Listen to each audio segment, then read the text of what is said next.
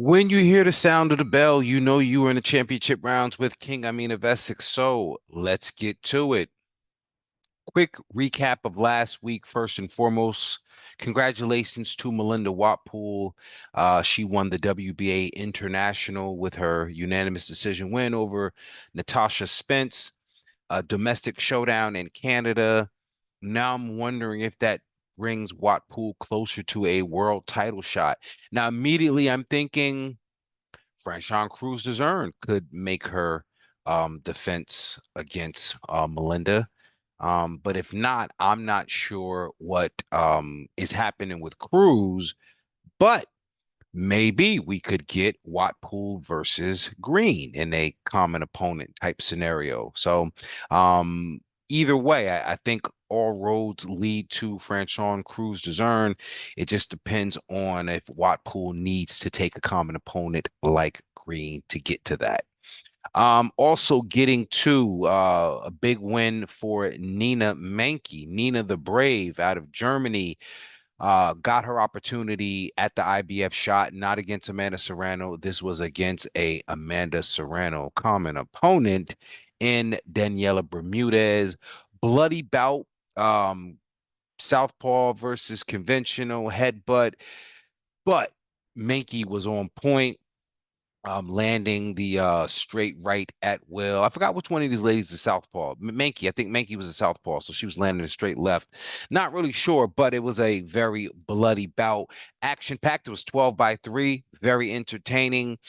What does Meinke do next? Now, obviously, she wants to kind of relax and rest, maybe not on her laurels, but do a championship lap. So, as many foreign champions do, they might try to defend their title in Germany. Can't blame her. So, let's think of some opponents where she can get in a title defense before she jumps into um, fighting off contenders. And let me tell you what I mean by that. The next ranked opponent, Elizabeth Oshola of Nigeria, 8-0 opponent with 5 KOs.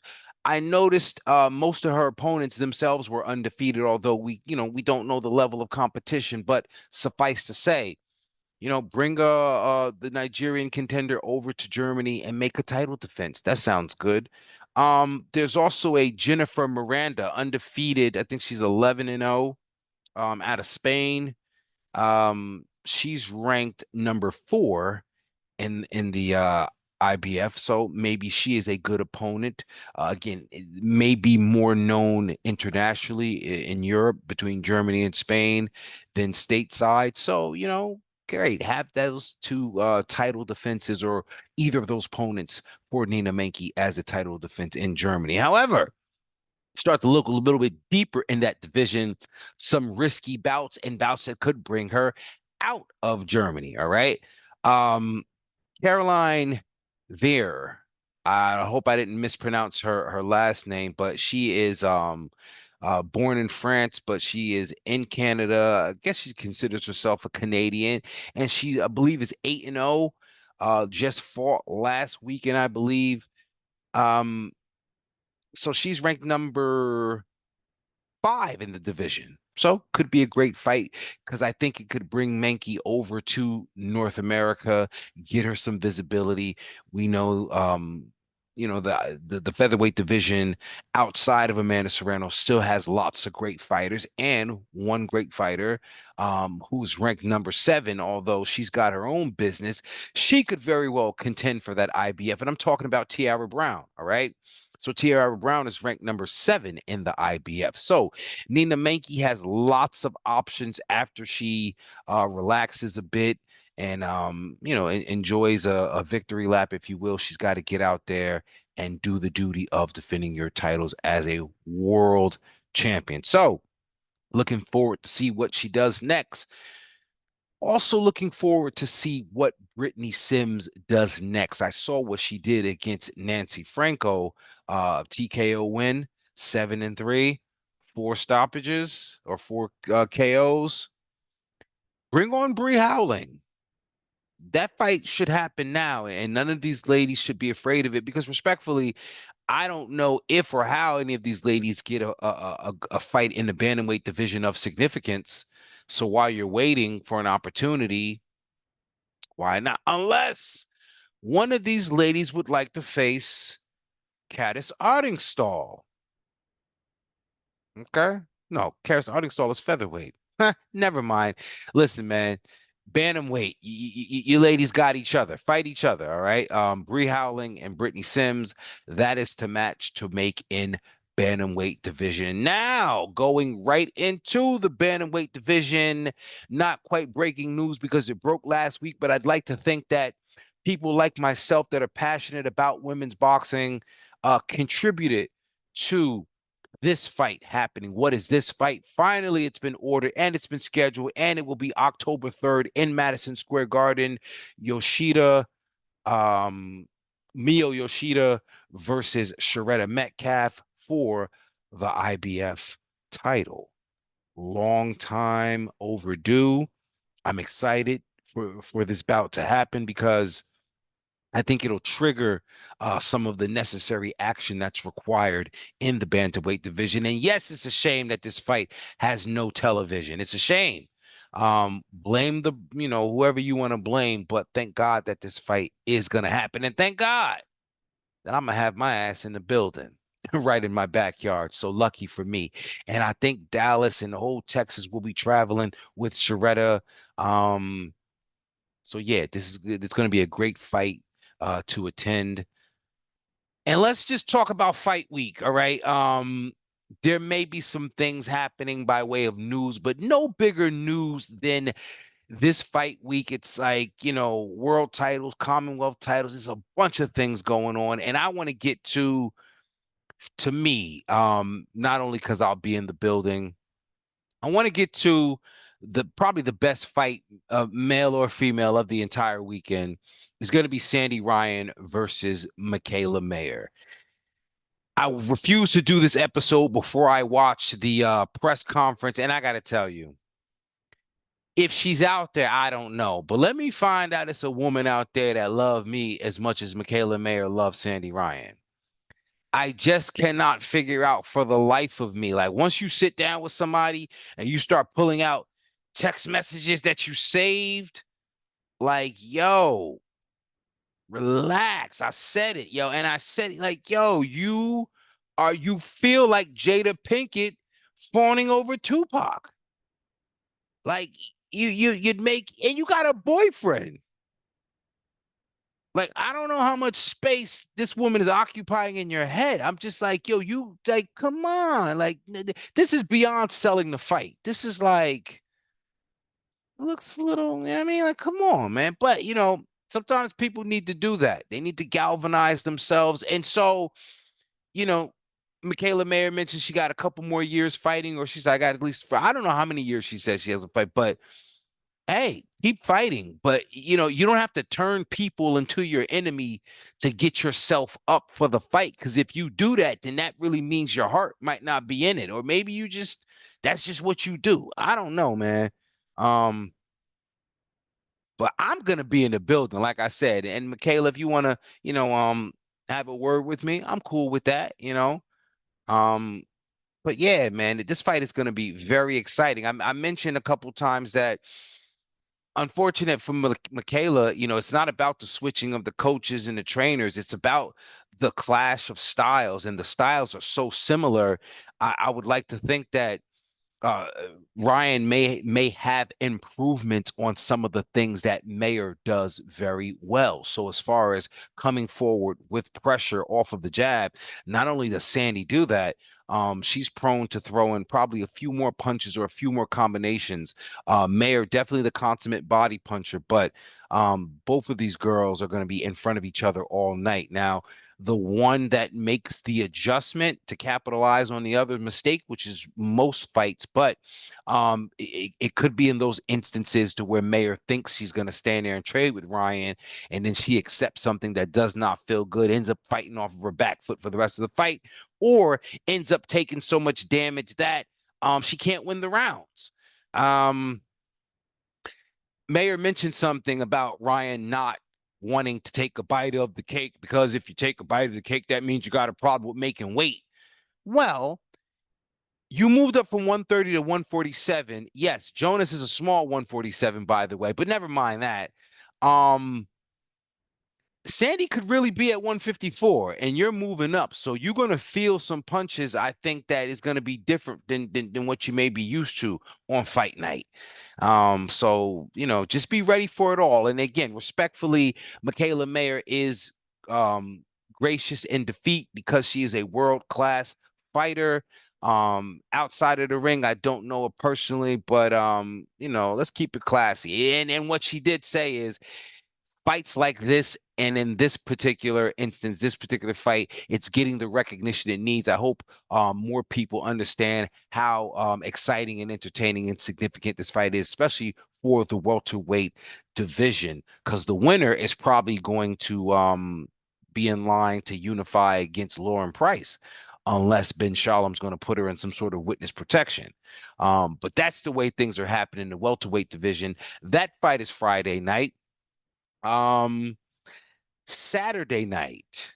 Now I don't know, no, Friday night as well. Friday night as well, right? You got to talk about Alicia Baumgardner. She is in action against Delphine-Persoon, defending her undisputed super featherweight division titles. Kind of a boutique event. Tickets were not sold. You had to be invited. This is in Fayetteville, Georgia, in the suburbs of Atlanta. And Delphine-Persoon is a very qualified opponent, former opponent of Katie Taylor. And it's pretty much, besides an early opponent, the only person that's ever beat her.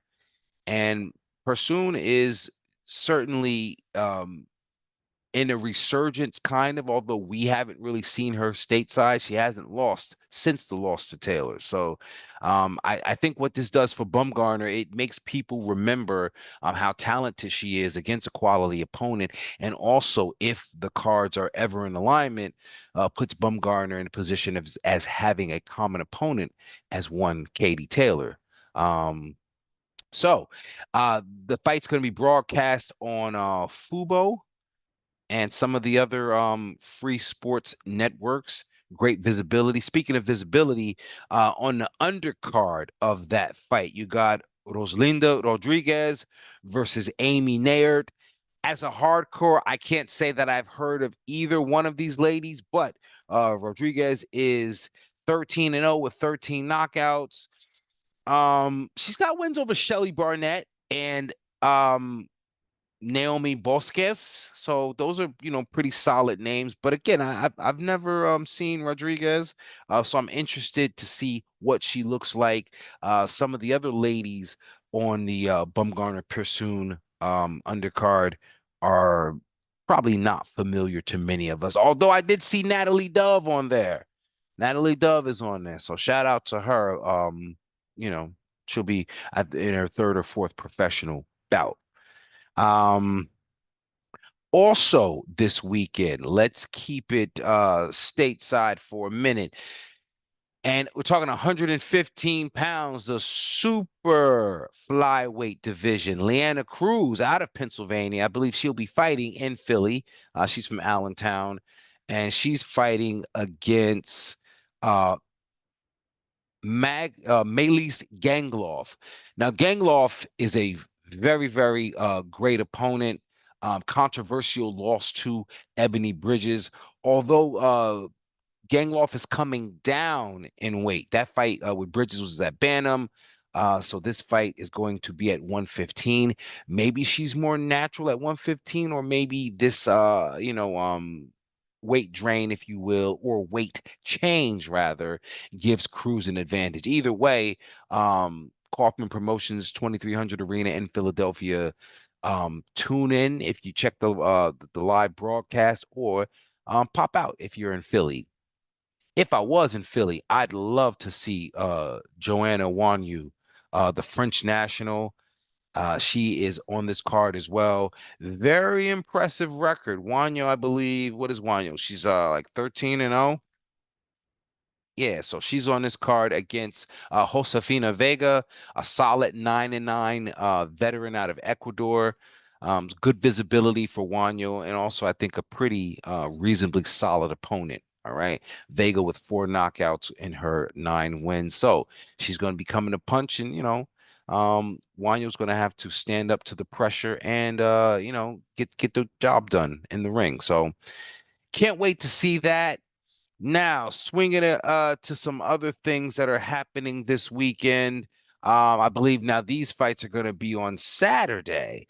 Rhiannon Dixon, WBO champion in the lightweight division, will be defending her titles against world-class former and current world champion Terry Harper. Been praying and hoping and asking for the WBA or Harper herself to vacate that strap at 154. It's up to her. And it's up to her as to whether or not she'll be able to figure out Dixon in the ring. But Dixon, don't get it confused. She may be have the white collar background, maybe not as the astute pedigree as some prefer with the Team GB and all of that. But the girl can box. She can certainly box. And this is going to be a challenge for her. If she does beat Harper, great to have Terry Harper on her resume. She would have beat, though, this version of Terry Harper coming off a loss, and coming down 2 divisions from facing Sandy Ryan. So is this a case of Dixon just getting paid a bag to sell her name? Excuse me, Harper getting paid a bag to sell her name to Dixon? Or is this a legitimate opportunity for Harper to get the win and upset the young charge in Dixon? Have to see how this one turns out. It's kind of hard for me to root both against and for Dixon because I'm like, yo, I just seen what just happened to her. You know what I'm saying? But resiliency is interesting. So fighting at a lighter weight and being as experienced as she has, forget about sharing the ring with Sandy Ryan. She's defeated Hannah Rankin, a very close win with draw with Natasha Jonas. So yeah, man. This could be Harper's night. That's a fight you definitely want to tune in to see how it turns out. Also, as far as title bouts go and action from this weekend, Tycee Gallagher, she is 8-2. She's defending her British Commonwealth title against Tori Ellis Willits, the 5-0 Willits. This is a domestic showdown, and Gallagher, her only 2 losses are to world champions, albeit in 2 different divisions. Now, I don't know if Hughes was a champion at bantamweight when she beat Gallagher. Probably not. But great experience for Gallagher.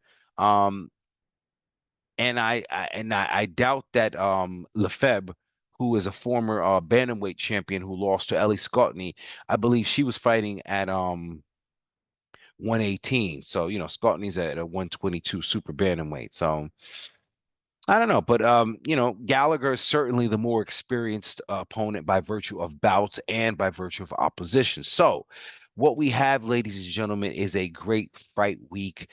Didn't get to much of the news that's out there because I want to pay special attention and let you guys know what's going on in the ring. So until next week, and I hope to see some of you guys and gals over the next few weeks. I'll definitely be at the Hulu Theater at the Sandy Ryan fight. I'll definitely be at Shurretta-Metcalf's fight. And let's keep doing what it is that we do, and that's spreading the word and the recognition of women's boxing, because women's boxing is boxing, and boxing is this thing of ours, ladies and gentlemen. Until next time, peace.